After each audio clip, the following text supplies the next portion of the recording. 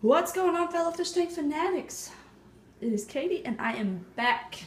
Little man is 4 weeks old today, and he's curled up in my arms. So if I'm shaky, I apologize, but this is the only way I'm making a video. So that's what we got going on personally, but figured I'd show you all. Here is the stand with the tanks up and running. Not too happy with the way the tanks are running still. It's that whole crypt melt, plants trying to readjust to new filtration, new substrate, that sort of thing. So it is taking a little while, but it'll get better. The 20 long down here, new equipment wise on that is it's running a Finex planted or Fuidre planted plus, and then that's about the only new equipment.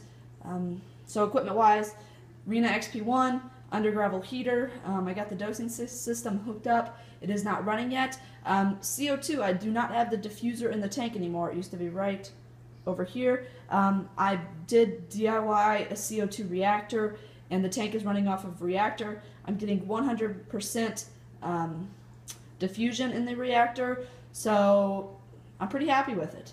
But yeah, tank's doing all right. This tank's doing all right. I'll probably add a few more plants down here in this bottom corner down here. It needs some more parva or something, but we'll get to that eventually. 15 Rimos is not looking very good. I don't even have snails up here yet. I've got to do a lid on this tank. Evaporation is way too great. Two reasons: it's evaporating a lot faster than it was previously. For one, there's no duckweed, so more evaporation can take place. For two, I'm running a much higher powered filter on this tank, and it's creating ripples, which obviously creates more oxygen in the water, but it also creates evaporation quicker. So dealing with that. But as far as redoing this tank, I've got some blue-green algae right now. I've got to go get some erythromycin and dose this tank, and then I'll add in some nearite snails and get what little algae nipped in the bud. Algae wise, probably wouldn't have it if I would be up to date on my dosing, but life's a little hectic and busy. Haven't done it in the last few weeks. we'll say weeks now. But as far as equipment wise on this tank, it's running a 30-inch Fuidre Planet Plus, the Finex Fuidre Planet Plus.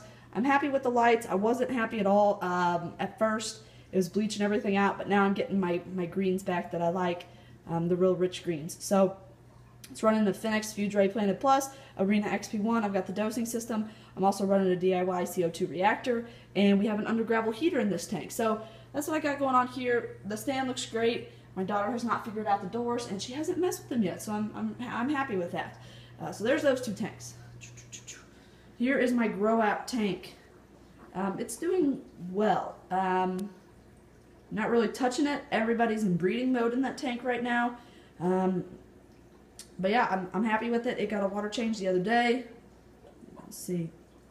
The big male chasing a little male, or is it a female he's going after? I can't really even tell. But plants are doing well in here. Once again, I did do even better if I was dosing, but I'm not. So next project on the list is to redo this tank. This tank is getting a new stand. The stand will be over top of this, which I have been working on the dosing system. Needless to say, containers cracked, had to get new containers. Was lazy on one of the containers and decided to use a straight edge instead of sandpaper, yada yada yada. I've got a leaking container, so I've got to go get another container. Long story, boring story, but hopefully that'll get done soon. I got to get the stand built, and then we'll get everything moved in there. But otherwise on this tank, the only other thing I plan on changing is adding some more Eco-Complete probably. I like deep substrate. Change the filter out. I'm running the Marineland hang on the back right now. Great filter, but I like canisters better. So I've got an extra XP2. Rena XP2, I will be buying the Rena XP1 impeller, switching out the impellers, so I'll have a 2 base with running a 1 impeller, so I'll have an XP1 with extra biological media trays. So yeah, other than that, changing the filter out and switching the light to an LED light, that tank will be good to go on the new stand. Here is my old 90-gallon that is set up with my husband's fish. My husband's done aquaponics in the past. We've actually had a small indoor setup. We grew lots of greens on our indoor setup, but he's wanting to get back into it. So he said he wanted to start, main focus being on the fish. So we got fish. We have 4 Mozambique tilapia. Now, let me put a disclaimer in here. Do not run out if you live in Texas and get tilapia. Do not. Tilapia are a exotic species in Texas.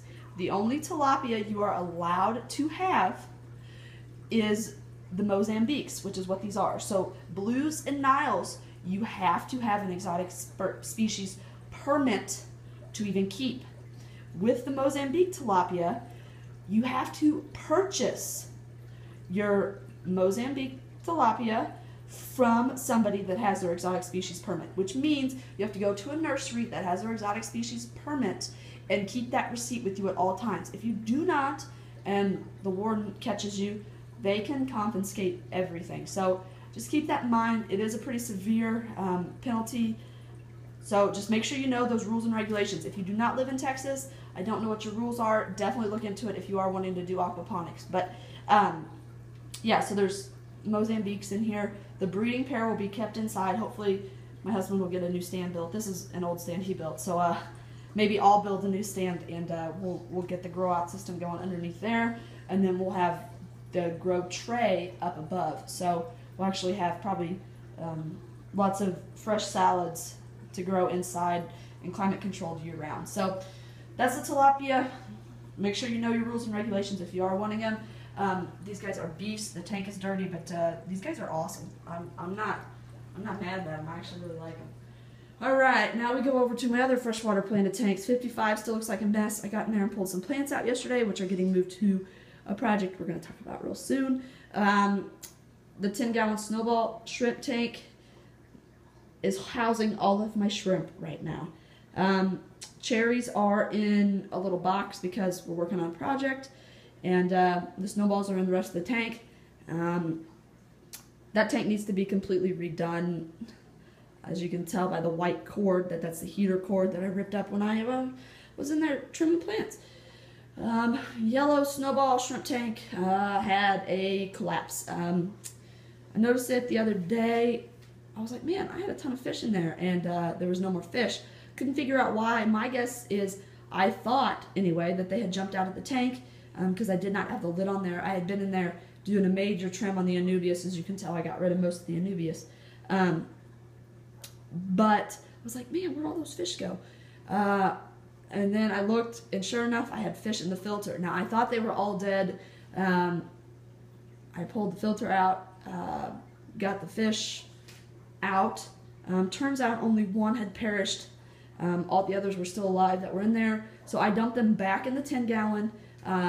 They are going through a round of Mel-Ex right now. They do have some sores, that sort of thing, from just being smashed up against sponges and that sort of thing. But they will get moved pretty soon into the 20 long with the rest of the rainbows, that sort of thing.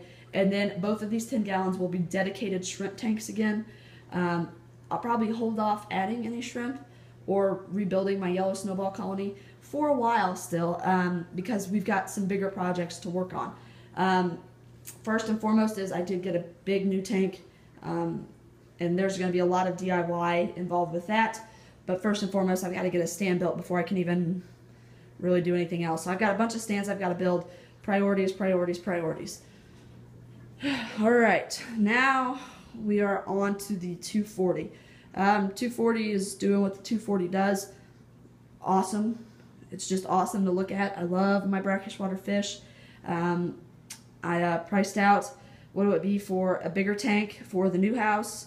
The new house, I'm looking at a main display, 8 feet by 4 feet by 2 feet, so you're looking at 480 gallons. And then I probably will run a big old sump. In the sump, in the new house, I probably will actually have it as a sump, but I will also have a species only sort of tank down there. I've always liked figure 8 puffers, but they're very aggressive, so I've never done a dedicated tank. If I'm gonna build 480 gallon tank, and you're right, you heard me right, build it. I'm going to build it myself. That way, if something happens, there's nobody to blame but myself. And I think I got the skills, I can do it now. And I've got the tools that I can do it now, so I'm going to do it. But, yeah. So, for now, the 240 is what the 240 is, and I still love it. Alright, now we're going to go into project. Sorry, guys, I can't really move that easily. My little guy is sound asleep on me. Well, he's not really asleep. He's staring at me. Alright, so this was not supposed to be a project that I was wanting to start. This was my red cherry shrimp tank. And, yeah, I got in here to do a water change yesterday. And that water change led into me pulling plants out. And then me pulling plants out led to me removing the driftwood. And then me removing the driftwood was like, hey, why don't I just tear it apart and redo it because I've been wanting to. So, that's what I did. I got this far today. We'll see if little man lets me put him down where I can fill it up and get it planted. But if I can't, I can't. At least I have the basics done. I got the tank cleaned. I figured out the driftwood. I actually did not have to purchase any more driftwood, which this is what it looks like from looking. So I've got these really cool angles. Now it's still hard to see because I do not have a background on the tank because Fluval tanks, that styrofoam background that was in the Fluval EB and the Fluval shrimp, and the Fluval planted tanks, the backgrounds came off really easy because they only used 5 little dabs of silicone. So it popped off when I removed all the water, yada yada yada.